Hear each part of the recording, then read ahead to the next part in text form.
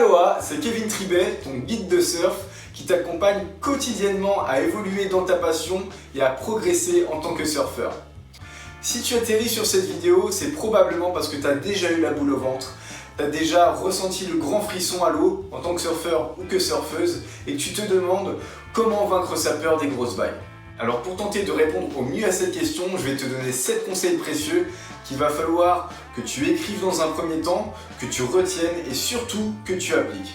Mais avant de commencer, laisse-moi te rappeler une chose, c'est qu'avant d'être un surfeur ou une surfeuse, tu es avant tout un être humain et que tous les êtres humains ressentent la peur. Tu vois, que ce soit Kelly Slater, que ce soit Laird Hamilton, que ce soit Ross Clark-Jones ou encore Kyle Linney ou même Justine Dupont, toutes ces personnes-là sont des surfeurs de grosses vagues. Et ces surfeurs-là aussi ressentent la peur. Et comme toi, comme moi, ils ont commencé dans du tout petit, dans du 20 cm. Ce qui m'amène donc par te dévoiler mon premier conseil, et ce conseil, c'est d'y aller petit à petit.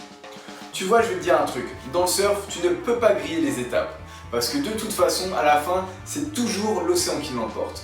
Maintenant, je vais te dire une chose que j'aimerais vraiment que tu appliques, mais attention, quand je dis ça, je me mets pas au-dessus de toi, je me mets exactement au même niveau, puisque je me le dis à moi-même aussi régulièrement, ça va être de t'assurer que dans les vagues dans lesquelles tu surfes actuellement, que tu te sentes 100% à l'aise à manœuvrer, à monter, à descendre, à évoluer sur la vague, à en faire tes premières manœuvres, avant de t'aventurer à surfer des vagues plus grosses. C'est-à-dire que si actuellement tu as l'habitude de surfer des vagues entre 50 cm et 1 mètre, assure-toi d'être parfaitement à l'aise dans ce type de vague-là avant de t'aventurer dans des vagues de 1,50 m à 2 mètres. Parce que sinon tu risques fortement d'avoir un blocage et de te pisser dessus. Remarque, tu me diras, tu te pisses déjà peut-être dessus lors de tes sessions, mais ça je veux pas le savoir. Mais ce que je veux dire, c'est qu'il ne faut pas que d'un coup tu aies un blocage. Il faut vraiment que tu y ailles progressivement. C'est vachement important. Donc maintenant, laisse-moi te dévoiler mon deuxième conseil, car ce deuxième conseil est tout aussi important que le premier. Ça va être de rester digne dans toute situation. Qu'est-ce que j'entends par là? Tu n'as rien à prouver à personne, et ça je l'ai déjà dit dans les vidéos précédentes. Parce qu'à la base, le surf c'est pas une compétition. C'est du kiff, du plaisir, et ça se partage. Il n'y a pas besoin d'en rajouter, tu vois. Je te donne un exemple. Tu arrives au spot avec une bande de potes, tu vois, et parmi cette bande de potes, tu en as quelques-uns qui sont meilleurs surfeurs que toi. Face à toi, tu as des vagues de 2,50 m tubulaires avec le souffle qui sort, le grand spectacle. Et là, tu as deux de tes potes qui ont la banane jusque-là, qui se disent « Wouah, trop bien et tout, j'ai trop hâte d'aller à l'eau !» Donc ils vont se dépêcher, ils vont y aller. Mais ils vont se rendre compte que toi, tu traînes un petit peu la patte, tu vois, t'es là, tu sais pas trop, machin. Parce que toi, au fond de toi, tu les as comme ça, quoi. Et c'est normal, parce que t'as pas l'habitude de surfer des vagues de cette taille-là. Donc au lieu de mettre ton ego ici, de leur dire « Ah, vous inquiétez pas les gars, j'arrive » et puis d'y aller quand même, et de pas savoir comment agir dans l'eau, de te faire défoncer par des sets de 2 mètres, 2 mètres 50, limite de te noyer, et quand bien même si tu arrives au pic, à les rejoindre, tant bien que mal, et leur dire « Ah, ça y est les gars, tu vois, je suis là », si tu sais pas comment te placer, comment agir dans des vagues qui sont énormes par rapport à ce que tu as l'habitude de surfer, tu risques de mettre ta vie en péril, et c'est pas le but. Donc vaut mieux que tu dises à tes potes à ce moment-là, ou que tu dises à ta copine, à ton copain, qui que ce soit, désolé, mais pour l'instant là, j'ai clairement pas le niveau, donc je vais rester sur le sable à te regarder, je vais apprendre en regardant, mais moi je me sens pas d'y aller. Ça sert à rien de se surestimer. À présent, laisse-moi te dévoiler mon troisième conseil, et attention car ce troisième conseil, c'est le plus important. Ce que je vais te dire là, c'est du vécu, et c'est déjà arrivé à certains de mes abonnés, et c'est du sérieux. Donc reste attentif s'il te plaît, ce qui va suivre, c'est vraiment la base. Donc, avant de te dire ça, j'aimerais te dire une chose que tu sais peut-être pas forcément, mais quand tu es dans l'eau, ton pire ennemi, c'est pas un requin, c'est pas non plus une méduse, c'est pas non plus un meilleur surfeur que toi, c'est pas non plus un bodyboarder ni un kitesurfer, c'est pas non plus la pollution, mais c'est toi. Bah ouais. Parce que dès que tu commences à paniquer dans l'eau, la seule personne en premier qui peut t'aider, c'est toi. Parce que si tu es tout seul, comment tu fais? Tu vois ce que je veux dire? Bon. Il est très important de ne pas paniquer quand tu vas dans l'eau, quelles que soient les conditions. Alors je sais, c'est très facile à dire. Maintenant laisse-moi te raconter une anecdote. C'est une histoire vraie, c'est du vécu. En 2010, je vivais en Australie, et à cette époque-là, j'avais pas le niveau que j'ai aujourd'hui, c'est normal. Mais à l'époque, j'étais même pas à l'aise dans des vagues de 2 mètres. D'accord? Je maîtrisais pas des vagues de 2 mètres. Et ce matin-là, j'étais sur le spot de Bells Beach, je sais pas si tu connais, mais c'est un spot mondialement reconnu. C'était magnifique, tu vois, il était 6 h du matin, lever de soleil, il y avait un pur vent offshore, des vagues magnifiques, bref, il y avait 14 de période, je crois, un truc comme ça. Donc je te laisse imaginer le spectacle. Et là, sur le parking, il y avait des tontons surfeurs de 70 ans, et il y avait une petite de 10 ans, il me semble, avec son papa, des Sud-Africains, adorables. Et on était en train de se motiver pour aller à l'eau, tu vois, parce que le soleil se levait à peine. Donc on va à l'eau, hop, je les suis, tu vois, je me laisse guider, entre guillemets. Je rame pour aller jusqu'au pic. On met quand même un petit bout de temps pour aller jusqu'au pic là-bas, quand même, à la rame. Et arrivé au pic, bah, y a les 7 qui commencent à arriver. Et là, il y a un papy surfeur qui part, un deuxième papy surfeur qui part. Et là, je vois la bombe arriver. Et qui c'est qui part dessus? La petite de 10 ans, sud-africaine. Bah ouais, elle était sponsorée de curl. Son papa qui la coachait. Boum, elle part sur une bombe, j'ai halluciné. Mais quand t'as une gamine de 10 ans et il y a des papis de 70 ans qui viennent de partir devant toi, tu te dis bah la prochaine je peux pas pull back, tu vois, il faut que j'y aille, il faut que j'y aille avec tout mon engagement. Et du coup j'attends un petit peu, j'attends 5 minutes, 10 minutes et tout, je suis là, j'observe bien quand même parce que c'est la première fois que j'allais sur le spot.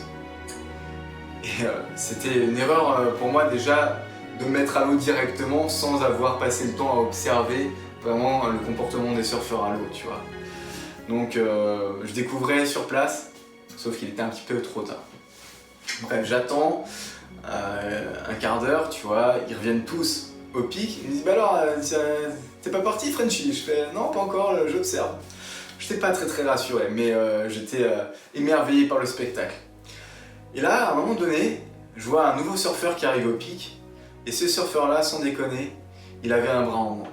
C'était un Australien, super sympa, un rasta, et on commence à parler, il me fait ah, toi t'es nouveau, je connais pas ta tête, c'était un local du coin. Et je lui raconte un petit peu qui je suis, d'où je viens et tout. Il fait ah cool et tout machin, et puis on commence à parler, du coup ça me rassure, ça commence à me mettre à l'aise, tu vois, parce que j'étais un peu crispé quand même sur ma planche. Et là, j'ose pas trop lui demander par rapport à son moignon, tu vois, parce qu'il avait un bras en moins. Et il me raconte un peu son expérience aussi, et il me dit qu'il y a 2 ans, il s'est fait attaquer par un requin, et qu'il s'est fait bouffer le bras par un requin.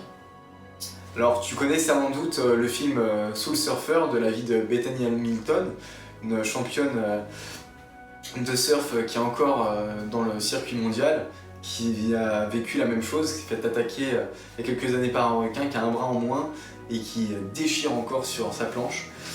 Et moi, de rencontrer quelqu'un en vrai qui me raconte ça au pic, je peux te dire que ça fait toute la différence, tu vois. Que là, tu te dis bon bah ok. Et là, on papote, on rigole et tout. Et là, je le vois partir, boum, à l'aide d'un bras, il charge la bombe. Là, je me dis waouh.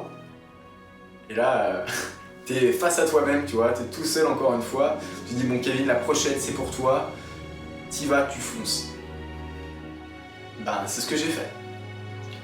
Je me pose pas de questions, boum, je la vois arriver, je commence à ramer. Boum, et là, ce qui s'est passé, c'est que le soleil commençait vraiment à sortir, donc c'était éblouissant parce qu'il était face à nous, et que le vent était parfait offshore. Du coup, bah, t'avais tous les embruns qui te venaient dans les yeux. Du coup, mon take-off, je l'ai fait à l'aveugle.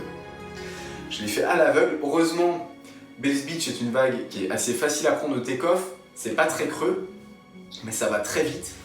Et ce jour-là, je devais avoir une 5-11 qui était un peu trop petit par rapport à la taille des vagues, tu vois. Il fallait vraiment une bonne 6 pour partir sur ces vagues-là, quoi. Bref, je savais pas moi tout ça à l'époque. Et je pars, et là je suis carrément raide sur mes jambes, et du coup, arrivé en bas de vague à mon bottom, impossible de tourner puisque j'étais trop raide. Du coup, je fais des roulés-boulés en bas de la vague et là, je me fais avaler par la mousse.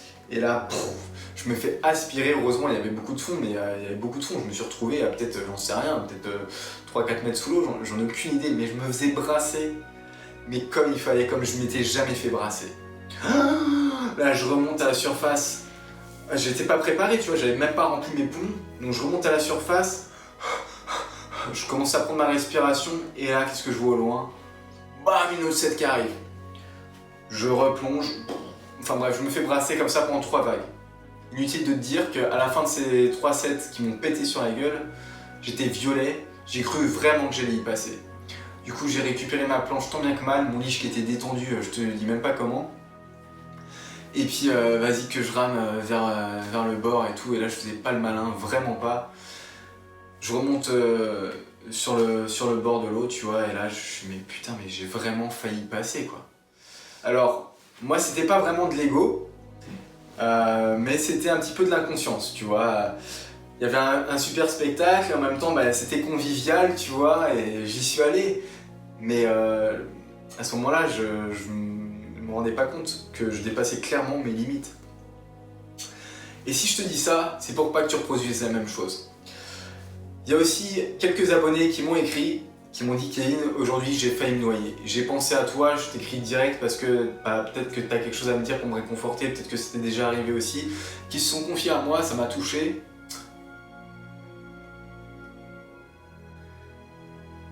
Et ces gens-là se sont rendus compte de leurs limites. Et c'est très bien. Parce que, quand bien même comment ils s'en sont sortis, au moins ils ne referont pas la même erreur. Si je te raconte ça, c'est pour pas que tu fasses la même erreur, et que tu paniques, et que tu te noies. Tu vois, c'est vite arrivé dans l'eau. Crois-moi. Alors désolé, je suis un peu ému, là je viens de couper la caméra et de reprendre parce que j'ai eu une vague d'émotions justement qui m'a submergé parce que j'ai repensé à ce fameux jour que j'ai caché à mes parents, que j'ai caché à ma famille, que personne ne sait, où j'ai vraiment failli y passer. Et j'ai en même temps repensé aux abonnés qui m'ont écrit suite à leur incident, où ils ont vraiment failli se noyer aussi un jour où c'était beaucoup trop gros pour eux. Donc si je te dis ça, c'est vraiment pour que tu en prennes conscience et pour t'éviter que ça arrive. Tu vois, je pense que malheureusement, il y a des moments où tu es obligé de franchir un petit peu tes limites pour vraiment te prendre une claque dans la gueule et de prendre conscience que là, tu vas trop loin, tu vois. Donc voilà, je te partage un petit peu de vécu. Encore une fois, j'ai eu de la chance ce jour-là et je veux pas que tu reproduises ce genre d'erreur-là. Seulement avec tout ce que je viens de te raconter, j'en ai oublié l'essentiel qui est de comment garder son calme quand tu es dans l'eau face à des grosses vagues et que tu te fais brasser dans tous les sens. Ça va être la première chose, si tu peux, de prendre un gros bol d'air pour remplir tes poumons avant d'aller sous l'eau. Une fois que tu as rempli tes poumons, tu ne penses à plus rien. Tu fermes les yeux, tu te vides la tête. Je sais, c'est facile à dire, mais c'est pourtant ce qu'il faut que tu fasses. Ensuite, tu vas te faire brasser. Ça va être la guerre. Tu vas te faire prendre dans la machine à laver. Tu vas aller dans tous les sens. Ne cherche pas à lutter à ce moment-là parce que si tu cherches à lutter, à bouger dans tous les sens, tu vas griller toute ton énergie et tu vas t'asphyxier. Donc laisse-toi aller comme du chiffon et attends que la vague passe. Une fois que tu sens que la vague est passée, là tu commences à remonter à la surface et à reprendre ton souffle. À ce moment-là, regarde toujours derrière toi s'il n'y a pas une deuxième set qui arrive et à ce moment-là, c'est pareil, garde ton calme, reprends un grand bol d'air, remplis tes poumons, redescends sous l'eau, attends que la vague passe, laisse-toi brasser dans tous les sens et voilà. C'est la seule solution pour garder son calme et ne pas se noyer. Parce que si tu comptes sur le surfeur à côté pour te venir en aide alors que lui-même se fait brasser, même si c'est le meilleur surfeur du monde, il pourra pas, tu vois, parce que lui aussi il subit à côté. Donc vraiment, ne pas paniquer, garder son calme un maximum. Et je sais que c'est facile à dire, mais pour ça, je vais te donner d'autres conseils ensuite qui vont être de t'entraîner à l'apnée en piscine ou comme tu peux dans la mer, tu vois, pour déjà voilà, te familiariser avec l'apnée et le manque de souffle sous l'eau. Alors maintenant que je t'ai dit ça, je vais en venir à mon quatrième conseil. Et ce quatrième conseil, ça va être de ne surtout pas rester dans la zone d'impact. Qu'est-ce que c'est que la zone d'impact? Tu vois la vague là, quand elle pète comme ça, là, pouf, devant toi, et ben c'est ça la zone d'impact. Il faut surtout pas que tu restes là. Alors je sais que si tu te trouves là, tu subis, tu te fais brasser dans tous les sens. Et le but, c'est d'y rester le moins longtemps possible. C'est-à-dire qu'une fois que tu t'es fait brasser et que tu es remonté à la surface, à ce moment-là, ne reste pas sur place. Rame comme tu peux vers l'épaule, vers le côté de la vague. Alors je sais que tu n'auras peut-être plus énormément d'énergie, que tu seras essoufflé, mais tu vas remonter tranquillement sur ta planche et tu vas commencer à ramer comme tu peux. Alors ne te gaspille pas toute ton énergie non plus à ramer dans le vent n'importe comment. Respire profondément à chaque mouvement de rame, tu vois, mais c'est important que tu regagnes l'épaule de la vague quand tu t'es pris une sette sur la tête. Je te conseille pas de regagner directement le bord en faisant un tout droit dans la mousse, puisqu'à ce moment-là, si c'est vraiment une grosse sette, bah, il peut y avoir d'autres surfeurs cachés dans la mousse et tu peux leur foncer dedans. Je te laisse imaginer la catastrophe. À présent, laisse-moi te dévoiler mon cinquième conseil, car ce cinquième conseil concerne la persuasion. Qu'est-ce que c'est que la persuasion? C'est l'avis ou l'image que tu as d'une chose par rapport à la réalité. Je vais dire une chose, une vague de 3 mètres n'est pas forcément plus dangereuse qu'une vague de 50 cm. Bah ouais, tu peux te prendre une vague de 3 mètres sur la tronche et ressortir de là et dire « c'est tout, c'est passé en fait ». Et pourtant, tu peux chuter d'une vague de 50 cm, mal tomber, et cette chute peut être fatale. Maintenant, si je te raconte tout ça, c'est vraiment pas pour te faire bader. C'est juste pour te faire prendre conscience des choses, que ce que tu t'imagines, c'est loin d'être la réalité, que si aujourd'hui tu es habitué à surfer par exemple des vagues d'1,50 m, que demain tu te retrouves dans des vagues de 2,50 m, que tu as grave peur par rapport à la taille des vagues, ben ça peut être moins impressionnant que ce que tu t'imagines à la base. Contrairement à si tu t'éclates, tu fais le foufou dans des vagues de 50 cm et tu fais une pirouette par exemple pour faire le con devant tes potes et puis hop, que tu tombes sur le cou ou sur les fesses et que tu entends un crack, tu vois. C'est pas du tout la même chose.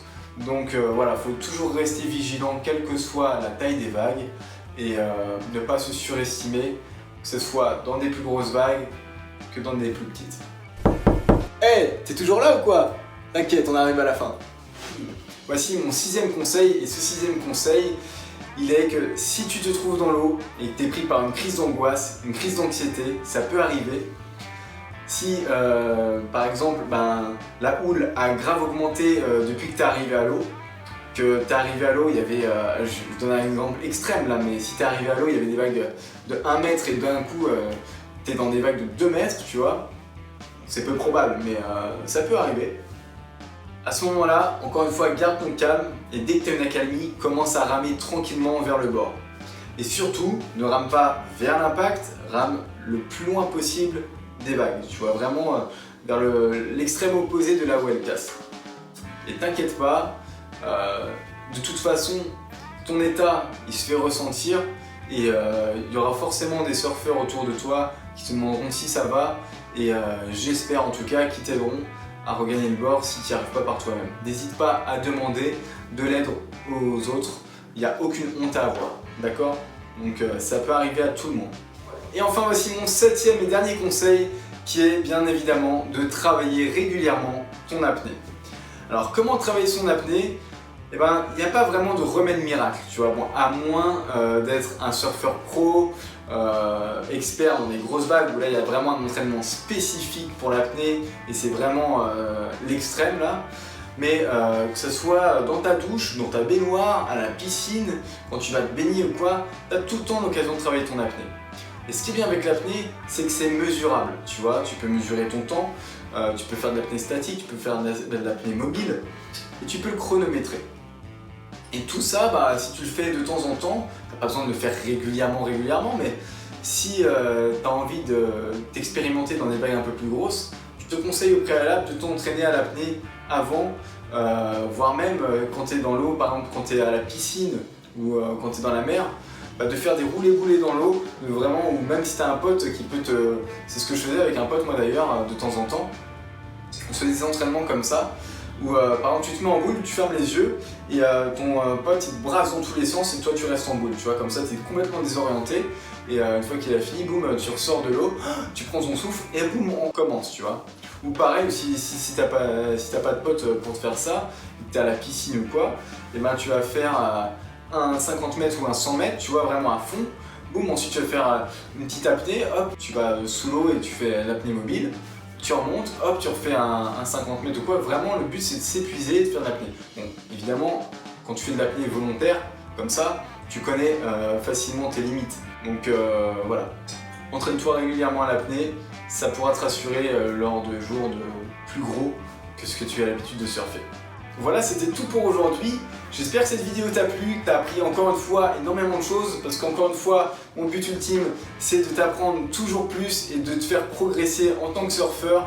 Si t'as aimé cette vidéo, je t'invite à me mettre un gros pouce bleu, à partager cette vidéo autour de toi. Et puis si c'est pas déjà fait, tu peux toujours t'abonner à ma chaîne en cliquant sur ma photo et à me suivre sur Instagram et sur Facebook. Et je te dis moi à bientôt dans une prochaine vidéo. Prends soin de toi, ciao!